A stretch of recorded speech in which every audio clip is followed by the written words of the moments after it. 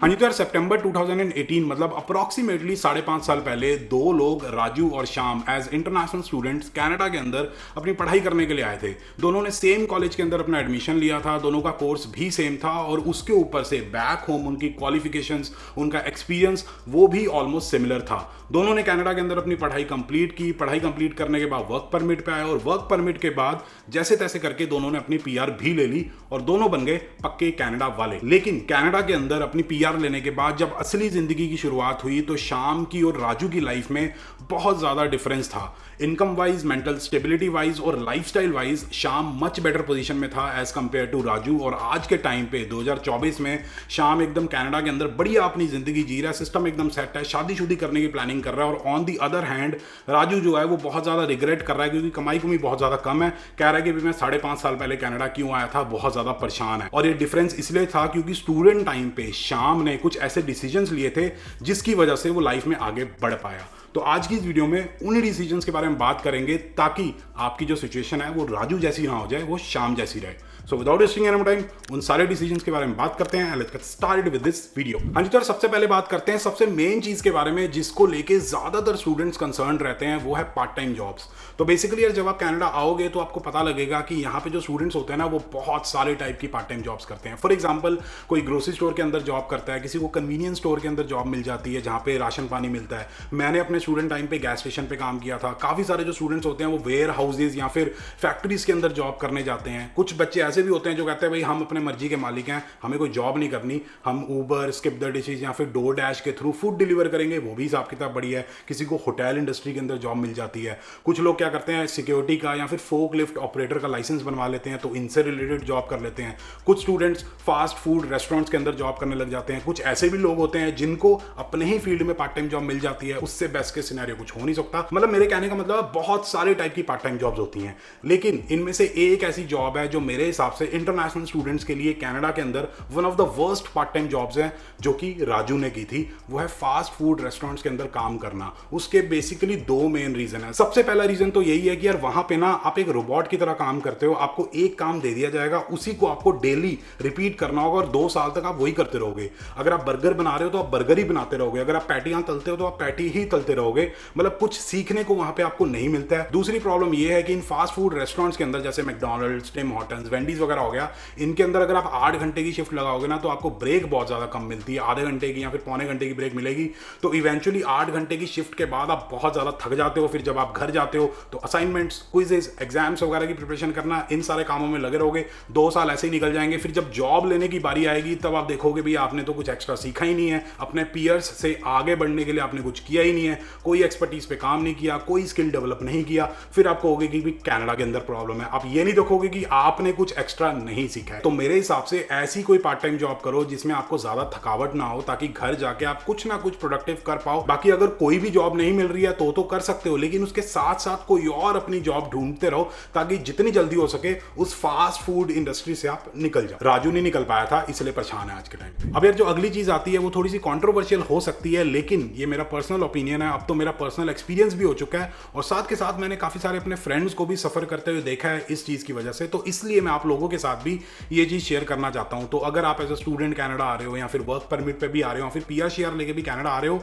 तो आपका लैंडलॉर्ड और आपका एम्प्लॉयर डैश डैश डैश नहीं होना चाहिए, क्योंकि आपको बहुत सारी प्रॉब्लम्स फेस करनी पड़ सकती है। अगर आप कोई घर रेंट करते हो, कोई रूम रेंट करते हो, तो लीज वगैरह साइन करोगे तो आपको पहले और आखिरी मंथ का रेंट देना होता है। पहले मंथ का तो रेंट देना ही है, जो आखिरी मंथ का रेंट है वो एज अ सिक्योरिटी डिपॉजिट जाता है। बाद में जब आप घर छोड़ोगे तो आपको वापस मिल जाएगा। लेकिन काफी बार क्या होता है कि वो मना कर देते हैं कि भाई हम आपका सिक्योरिटी डिपॉजिट वापस नहीं कर रहे, कुछ ना कुछ कमी निकाल देंगे, आपने ये कर दिया, आपने वो कर दिया, चाहे आपने किया भी ना हो, या फिर बहुत छोटी सी चीजों कहेंगे भी $2000 लग गए हमारे तो हम आपको पैसे वापस नहीं कर रहे। तो काफी सारे लोगों ने फेस किया है, हो चुका है आप, ठीक है। और जब तक आप वहां पे रह भी रहे हो ना तब भी हो सकता है कि आपको किसी ना किसी तरीके से परेशान करें, एक्सप्लॉइट करें। तो अवॉइड ही करो डैश टाइप के लोगों को अपना लैंडलॉर्ड बनाने से, ठीक है। और एम्प्लॉयर की बात आती है तो भाई साहब आपको किसी भी तरीके से वो एक्सप्लॉइट कर सकते हैं। मतलब बहुत सारे स्टूडेंट्स का एग्जांपल है कि भाई कैश पे जॉब दे दी, उसके बाद हमें पैसे नहीं दिए, या फिर हमसे 8 घंटे की शिफ्ट कराते हैं, 10 घंटे की शिफ्ट कराते हैं और पैसे हमें सिर्फ 6 घंटे के मिलते हैं, कम सैलरी मिलती है। मतलब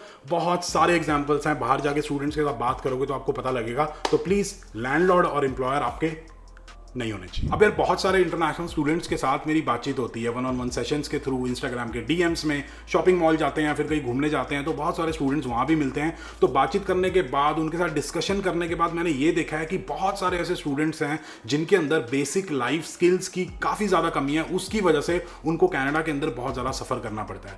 फॉर एग्जाम्पल कुकिंग करना, या फिर अपना बेसिक हाइजीन मेंटेन करके रखना, या फिर घर की साफ सफाई किस तरीके से करनी होती है, और साथ के साथ जो एक बहुत ही बेसिक लाइफ स्किल है, अपना सेल्फ कॉन्फिडेंस किस तरीके से बढ़ाना है। मतलब काफ़ी सारे स्टूडेंट्स ऐसे हैं जो लड़कियों से बात करने में डरते हैं। तो अगर आप अभी कनाडा नहीं आए हो, अभी प्लानिंग वगैरह कर रहे हो, सितंबर इनटेक, अगले जनवरी इनटेक में आने वाले हो, तो यार ये इन सारी चीज़ों के ऊपर काम करना शुरू कर दो। मम्मी से पूछो, पापा से पूछो कि कुकिंग शुकिंग कैसे करते हैं, घर की सफाई कैसे करनी है, अपना बेसिक हाइजीन कैसे मेंटेन करना है, और सेल्फ कॉन्फिडेंस के ऊपर मेरे को नहीं पता, मैं कोई एक्सपर्ट नहीं हूँ, लेकिन काम करना थोड़ा स्टार्ट करो। लेकिन अगर आप ऑलरेडी कनाडा आ चुके हो तो मैं आप लोगों को सजेस्ट करूंगा कि एक ऐसे घर के अंदर रहो जहाँ पे लड़के भी रहते हैं और जहाँ पे लड़कियां भी रहती हैं। तो आपको पता लगेगा कि भाई कुकिंग कैसे करते हैं, क्योंकि लड़कियां थोड़ी सी इन चीज़ों को लेके सीरियस होती हैं। वो ढंग से हाइजीन मेंटेन करती हैं, अपने घर की साफ सफाई करती हैं। कुकिंग सीख जाओगे, अगर 50 चीज़ें उसमें से 10 चीज़ें आप बनाना सीख जाओगे। ये मेरा पर्सनल एक्सपीरियंस है, मेरे को काफ़ी ज़्यादा फायदा हुआ था एक ऐसे घर में रहने से जहाँ पे एक गर्ल रहती थी। और साथ के साथ आपको उनकी थिंकिंग का थोड़ा पता लगेगा कि किस तरीके से लड़कियां सोचती हैं, उनको किस बात पे बुरा लग सकता है, किस बात पे उनको अच्छा लगेगा। तो फिर बाहर जाके किसी लड़की से बात करनी होगी तो आपको घबराहट नहीं होगी, और थोड़ा सा आपका सेल्फ कॉन्फिडेंस डेवलप होगा। पर्सनल एक्सपीरियंस है, उससे शेयर कर रहा हूँ। राजू भी कर लेता तो उसका भी बढ़िया हिसाब किताब हो जाता, शाम ने तो कर लिया था। तो बेसिकली यार जब आप कनाडा आओगे और अपनी अकोमोडेशन ढूंढना शुरू करोगे तो हो सकता है कि आपको ऐसी अकोमोडेशन मिले जहाँ पे ऐसे लोग रह रहे हैं जिनकी पढ़ाई कंप्लीट हो चुकी है, वो अपने पोस्ट ग्रेजुएट वर्क परमिट पे हैं या फिर अपनी पीआर पे हैं और अपनी फुल टाइम जॉब कर रहे हैं। अब ऐसे घर में रहने का फायदा भी है, नुकसान भी है। सबसे पहले फायदे की बात कर लेते हैं। फायदा ये है कि अगर आप ऐसे लोगों के साथ रहोगे तो आपको काफ़ी सारी चीज़ें सीखने को मिलेंगी, क्योंकि वो थोड़े से एक्सपीरियंसड है। 2-3 सालों से वो कनाडा में रह रहे हैं या फिर 4-5 सालों से कनाडा में रह रहे हैं। तो वर्क परमिट कैसे अप्लाई करना है, पीआर कैसे अप्लाई करनी है, डॉक्यूमेंटेशन में आपकी हेल्प कर सकते हैं, या फिर पार्ट टाइम जॉब ढूंढने में हेल्प कर सकते हैं, क्योंकि काफ़ी टाइम से वहाँ रह रहे हैं। तो फायदे हैं, लेकिन इसका थोड़ा सा नुकसान भी होता है। नुकसान ये होता है कि वर्क परमिट और पीआर वाले जो लोग होते हैं, उनका जो लाइफस्टाइल होता है, उनका जो रहना सहना होता है, उनका जो पैसे खर्चने का तरीका होता है, खाना पीना होता है, मे बी गाड़ी ले रखी हो, तो वो बहुत ही डिफरेंट होता है स्टूडेंट लाइफ से। हो सकता है उनका लोन वगैरह सारा उतर चुका हो, फीस फूस तो उतार चुके ही होंगे क्योंकि पढ़ाई कंप्लीट हो गई है। तो ना सिस्टम थोड़ा सा अलग होता है। और जब हम ऐसे घर में रहने जाते हैं तो हम इन्फ्लुएंस हो जाते हैं कि भाई ये तो बहुत ज़्यादा पैसे खर्चते हैं, इनके पास तो ये मस्टैंग है या फिर वो महंगी वाली गाड़ी है। तो हमारा भी मन कर जाता है, क्योंकि है तो हम इंसान ही। रहने में कोई दिक्कत नहीं है, डेफिनेटली रह सकते हो, चीज़ें समझो, सीखो उनसे, कोई दिक्कत की बात नहीं है। उनके एक्सपीरियंस से आप सीखने की कोशिश करो, लेकिन इन्फ्लुएंस नहीं होना है, कंपेयर नहीं करना है अपने आप को, क्योंकि वो लाइफ में आपसे 3 या 4 साल या 5 साल आगे हैं। आप भी उस स्टेज पे आ जाओगे अगर एज अ स्टूडेंट ही अपने आप को उनसे कंपेयर करना शुरू कर दोगे कि मैं ऐसा क्यों नहीं हूँ, मैं इतने पैसे क्यों नहीं खर्च सकता, ये तो भाई साहब पैसा ही पैसा कमा रहे हैं, इनका तो खाने का तरीका ही अलग है। तो आप उस चीज़ में फंस जाओगे। राजू के साथ भी ऐसा हुआ था, इसलिए मैं बता रहा हूँ राजू और श्याम की असली कहानी है ये। अब यार ये चीज़ तो किसी से नहीं छुपी कि भी कनाडा के अंदर जो लाइफ होती है पर्टिकुलरली इमिग्रेंट्स के लिए वो थोड़ी सी लोनली होती है। अकेलापन काटने को दौड़ता है, क्योंकि हमारे जो मित्र यार दोस्त बढ़िया बढ़िया स्कूल के कॉलेज के, हमारे फैमिली मेम्बर्स बढ़िया बढ़िया कजन्स, वो सारे हमारी होम कंट्री में रह गए हैं। उनसे बातचीत भी फ़ोन पर काफ़ी कम हो पाती है टाइम डिफरेंस की वजह से। जब वहाँ सुबह है यहाँ रात है, जब यहाँ सुबह है तो वहाँ पर रात है, तो ये दिक्कत आती है। तो काफ़ी सारे लोग डिप्रेशन की तरफ भी आ जाते हैं। तो अगर आप इन चीज़ों में ही पड़ जाओगे तो आपके जो लाइफ गोल्स हैं, जो कनाडा में अचीव करने आए हो, जो सपने पूरे करने के लिए आए हो, वो कैसे करोगे यार। तो please step out of your home. अलग अलग ऑर्गेनाइजेशंस होती हैं वॉलंटियरशिप के लिए, उनको ज्वाइन करो, ऑनलाइन सर्च करो आपकी सिटी के अंदर कौन सी वॉलंटियरशिप की ऑर्गेनाइजेशन है। जब मैं लंदन के अंदर मूव हुआ था बहुत ज़्यादा अकेला फील करता था, क्योंकि मेरे सारे के सारे फ्रेंड्स थंडर बे के अंदर रह गए थे, क्योंकि वहाँ पर मैंने अपनी पढ़ाई की थी कॉन्फेडरेशन कॉलेज में।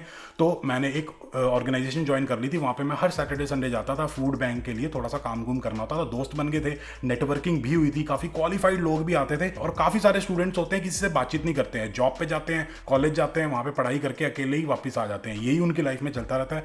उनको पता ही नहीं लगता कि भी क्या अपडेट्स वगैरह चल रहे हैं, दुनिया में क्या चल रहा है, कितने आवर्स आप काम कर सकते हो। मतलब बहुत सारे अपडेट्स होते हैं कनाडा की लाइफ से रिलेटेड जब आप स्टूडेंट होते हैं या फिर मेनली इमिग्रेंट होते हो।